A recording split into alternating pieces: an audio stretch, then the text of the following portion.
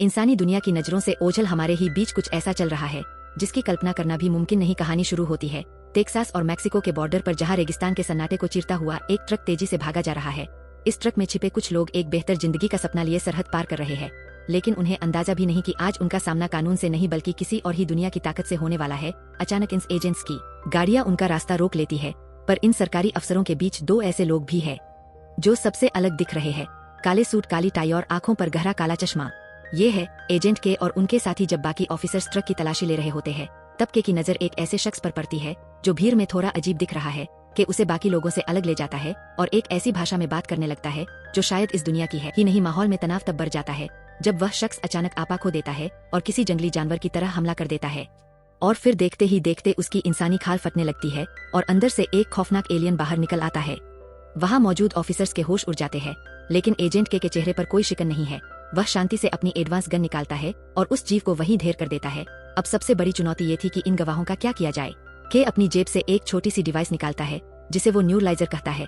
एक तेज रोशनी चमकती है और उन ऑफिसर्स के दिमाग से उस रात का सारा सच मिट जाता है कि अब समझ चुका है कि उसका पुराना पार्टनर इस काम के लिए कमजोर पड़ रहा है और उसे अब एक नए खून की तलाश है। वहीं दूसरी ओर न्यूयॉर्क की भीड़भाड़ वाली गलियों में हमें मिलता है police officer James Edwards. James एक मुजरिम का पीछा कर रहा है, लेकिन ये कोई मामूली अपराधी नहीं है। वो दीवारों पर मकड़ी की तरह चल रहा है और ऊंची इमारतों से बेखौफ छलांग लगा रहा है। जेम्स अपनी पूरी जान लगा देता है और आखिर में उसे एक छत पर घेर लेता है, लेकिन मरने से पहले वो मुजरिम जेम्स को एक डरावनी चेतावनी देता है, दुनिया खत्म होने वाली है, और फिर अपनी आंखों की पुतलियों को बहुत ही अजीब तरीके से झपकाता है। जेम्स सन्न रह जाता है। उसे समझ नहीं आता कि उसने अभी क्या देखा, लेकिन उसे ये एहसास हो गया है कि ये केस पुलिस के बस की बात नहीं। जब जेम्स अपने हेडक्वार्टर में रिपोर्ट लिखवा रहा होता है, तभी वहाँ एजेंट के की एंट्री होती है। के जेम्स की हिम्मत और उसकी काबिलियत से काफी प्रभावित है। वह जेम्स को एक ऐसी जगह का पता देता है जहां उसकी पूरी जिंदगी हमेशा के लिए बदल सकती है। तो क्या जेम्स उस रहस्यमयी संगठन का हिस्सा बनेगा? और उस मुजरिम ने दुनिया खत्म होने की जो बात कही थी, आखिर उसके पीछे का सच क्या है? जेम्स अगले दिन एजेंट के बताए पते पर पहुंचता है, जहां उसे न्यूयॉर्क की एक साधारण सी दिखने वाली बिल्डिंग मिलती है। लेकिन जैसे ही वो अंदर कदम रखता है, उसे पता चलता है कि ये जगह बाहर से जितनी मामूली है, अंदर से उतनी ही एडवांस और रहस्यमयी। यहाँ जेम्स के साथ देश के बेहतरीन मिलिट्री ऑफिसर्स को बुलाया गया है, जो एक बहुत ही अजीब टेस्ट का हिस्सा बनने वाले हैं। जहां बाकी सब अपनी ताकत और फुर्ती दिखाने में लगे थे, वहीं जेम्स अपनी सूझबूझ से एजेंट के और उनके बॉस जेड को इम्प्रेस कर देता है। तभी शुरू होता है असली खेल। एक कमरे में सभी ऑफिसर्स को गन दी जाती है और उन्हें अंधेरे में छिपे टारगेट्स पर शूट करना होता है। बाकी एजेंट्स डरावने एलियंस वाले बोर्ड्स पर ताबड़तोड़ गोलियां बरसा देते हैं, लेकिन जेम्स की गोली सीधे एक नन्ही बच्ची के बोर्ड पर जाकर लगती है। जब बॉस जेड उससे इसका कारण पूछते हैं, तो जेम्स का जवाब सबको हैरान कर देता है। वो कहता है कि वो डरावने जीव तो बस अपनी रोजमर्रा की चीजें कर रहे थे, लेकिन वो मासूम बच्ची उसके हाथ में जो फिजिक्स की किताब थी, वो इस माहौल में सबसे ज्यादा खतरनाक लग रही थी। यही वो पल था जब के को यकीन हो गया कि उसे अपना नया पार्टनर मिल चुका है। टेस्ट खत्म होने के बाद के जेम्स को इस संगठन की असली सच्चाई बताता है। वो उसे उस जगह ले जाता है जिसे दुनिया मैन इन ब्लैक यानी MIB के नाम से जानती है। जेम्स की आंखों के सामने एक ऐसा मंजर था जो किसी सपने जैसा था। ये पूरी बिल्डिंग एक इंटरस्टेलर टर्मिनल है, जहाँ हर रोज हजारों एलियंस धरती पर आते हैं और यहाँ से वापस जाते हैं। के उसे बताता है कि धरती पर इस वक्त करीब 1500 एलियंस रह रहे हैं, जिनमें से ज्यादातर बस शांति से जीना चाहते हैं। वे इंसानी भेष में हमारे बीच ही मौजूद है।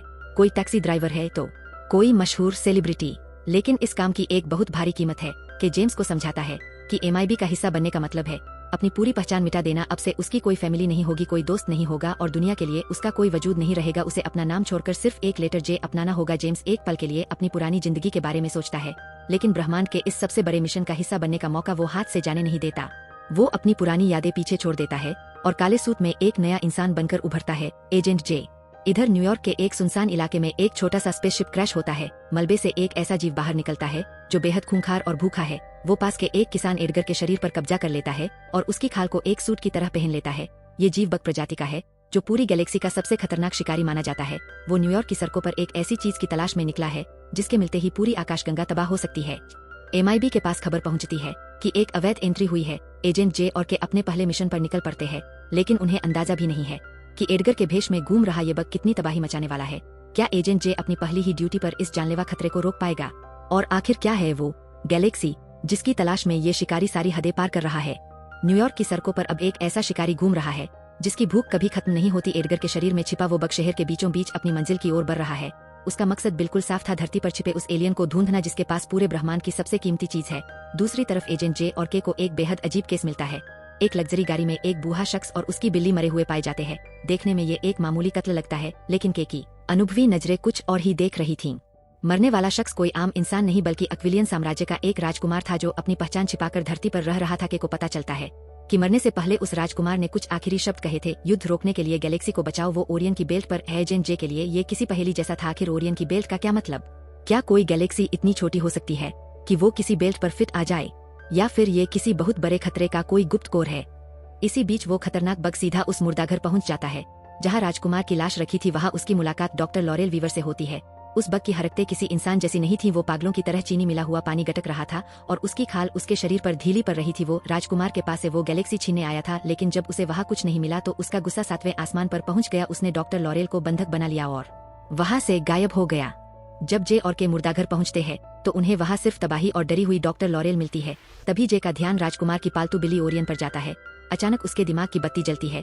राजकुमार के आखिरी शब्द थे ओरियन की बेल्ट। जे ने बिल्ली के गले में लटके उस छोटे से लॉकेट को गौर से देखा। उस लॉकेट के अंदर एक पूरी की पूरी आकाशगंगा चमक रही थी। ये कोई साधारण गहना नहीं था बल्कि एक्विलियन साम्राज्य की पूरी शक्ति का केंद्र था। MIB हेडक्वार्टर में अचानक रेड अलर्ट जारी हो जाता है। एक्विलियन जंगी जहाजों ने धरती को चारों तरफ से घेर लिया है। उनका अल्टीमेटम साफ है, या तो हमें हमारी गैलेक्सी वापस करो या फिर हम पूरी धरती को तबाह कर देंगे। अब सिर्फ कुछ ही घंटों का वक्त बचा है। अगर वो गैलेक्सी उस बग के हाथ लग गई तो एक्विलियन उसे वापस पाने के लिए पूरी पृथ्वी को राख के ढेर में बदल देंगे। एजेंट जे और के को अब उस बग को हर हाल में ढूंढना होगा जो उस छोटी सी गैलेक्सी को लेकर फरार हो चुका है। समय तेजी से निकल रहा है और पूरी इंसानियत का भविष्य अब इन दो एजेंट्स के हाथों में है। लेकिन याद रहे, ये बग सिर्फ एक शिकारी नहीं, वो एक पूरी फौज के बराबर ताकतवर है। क्या जे अपनी नई शक्तियों के दम पर उसे रोक पाएगा? और क्या के पास कोई ऐसा आखिरी हथियार है जिसे उसने अब तक दुनिया से छिपा कर रखा है? एक्विलियन जंगी जहाजों की परछाई अब पूरी धरती पर मंडरा रही थी। एक्विलियन कमांड ने 7 चेतावनी दी थी कि अगर 1 घंटे के भीतर उनकी गैलेक्सी वापस नहीं मिली तो वे पृथ्वी को ब्रह्मांड के नक्शे से मिटा देंगे। हेडक्वार्टर में अफरा तफरी का माहौल था, लेकिन एजेंट के जानता था कि घबराने से कुछ नहीं होगा। उधर वो बग यानी एडगर डॉक्टर लॉरेल को लेकर वर्ल्ड फेयर की पुरानी साइट की ओर भाग रहा था जहाँ 2 पुराने स्पेसशिप टावरों के रूप में खड़े थे। उसका प्लान साफ था, गैलेक्सी लेकर अपने ग्रह भाग जाना और एक्विलियंस के हाथों धरती को तबाह होने देना। एजेंट जे और के अपनी सुपरफास्ट कार में सवार होकर न्यूयॉर्क की सड़कों को चीरते हुए निकल पड़ते हैं। के ने कार का वो खास रेड बटन दबा दिया और देखते ही देखते कार एक रॉकेट की रफ्तार से टनल की छतों पर दौड़ने लगी। जब वे वहां पहुंचते हैं तो नजारा बेहद खौफनाक था। बग ने पहले ही एक जहाज चालू कर दिया था। के ने अपनी भारी भरकम गन से उस पर हमला किया और जहाज को हवा में ही ढेर कर दिया, लेकिन असली खतरा तो अभी सामने आना बाकी था। जहाज के मलबे से एडगर की इंसानी खाल फटने लगती है और उसके अंदर से एक विशालकाय और घिनौना बग बाहर निकलता है। उसकी दहाड़ से पूरा इलाका थर्रा उठा। उसने देखते ही देखते एजेंट और जे की गन्स निगल ली। अब इन दोनों के पास कोई हथियार नहीं बचा था। तभी के को एक अजीब ख्याल आता है। वो जानता था कि बग के पेट के अंदर उनकी गन्स अभी भी सलामत होंगी। वो जे से कहता है कि जब तक वो वापस न आए वो उस बग को उलझाए रखे, और इससे पहले कि जे कुछ समझ पाता के सीधा उस एलियन के मुंह में कूद गया। जे अब अकेला था, उसे उस विशाल जीव को रोकना था ताकि वो दूसरे जहाज तक न पहुंच सके। जे ने वही किया जो वो सबसे बेहतर जानता था। उसने उस एलियन को चिढ़ाना शुरू किया। उसने बग के कीमती अंडों को कुचलने का नाटक किया, जिससे वो जीव गुस्से में पागल हो गया। जे की जान दाव पर लगी थी, वो एलियन उसे कुचलने ही वाला था कि तभी अंदर से एक तेज धमाका हुआ। के ने बग के पेट के अंदर अपनी गन ढूंढ ली थी और उसे चीरते हुए वो बाहर निकल आया। बग के परखच्चे उड़ गए और उसका घिनौना शरीर हर तरफ फैल गया। लड़ाई खत्म हो चुकी थी। के ने वो गैलेक्सी एक्विलियंस को वापस कर दी और धरती पर मंडरा रहा कयामत का साया तल गया। लेकिन इस जीत के बीच एजेंट के चेहरे पर एक अजीब सी शांति थी। उसने जे की ओर देखा और अपना न्यूरलाइजर उसे थमा दिया। के थक चुका था। उसे 35 सालों से इस अंधेरी दुनिया की रखवाली करते हुए अपनी असली जिंदगी और अपने प्यार की याद सता रही थी। वो चाहता था कि जे उसकी सारी यादें मिटा दे ताकि वो एक आम इंसान की तरह अपनी अधूरी प्रेम कहानी पूरी कर सके। एजेंट जे की आंखों में नमी थी। उसने अपने गुरु और अपने पार्टनर की आखिरी इच्छा पूरी की। एक तेज रोशनी चमकी और के अब सिर्फ एक साधारण बूढ़ा शख्स था जिसे याद भी नहीं था कि उसने कभी दुनिया बचाई थी। फिल्म के अंत में हम देखते हैं कि जे अब MIB का सबसे काबिल एजेंट बन चुका है और डॉक्टर लॉरेल उसकी नई पार्टनर है। कैमरा धीरे धीरे पीछे हटता है, न्यूयॉर्क से धरती, धरती से सौर मंडल और सौर मंडल से हमारी पूरी गैलेक्सी, और अंत में हमें पता चलता है कि हमारी पूरी दुनिया एक एलियन के हाथ में मौजूद एक छोटी सी कंचों की थैली का हिस्सा भर है।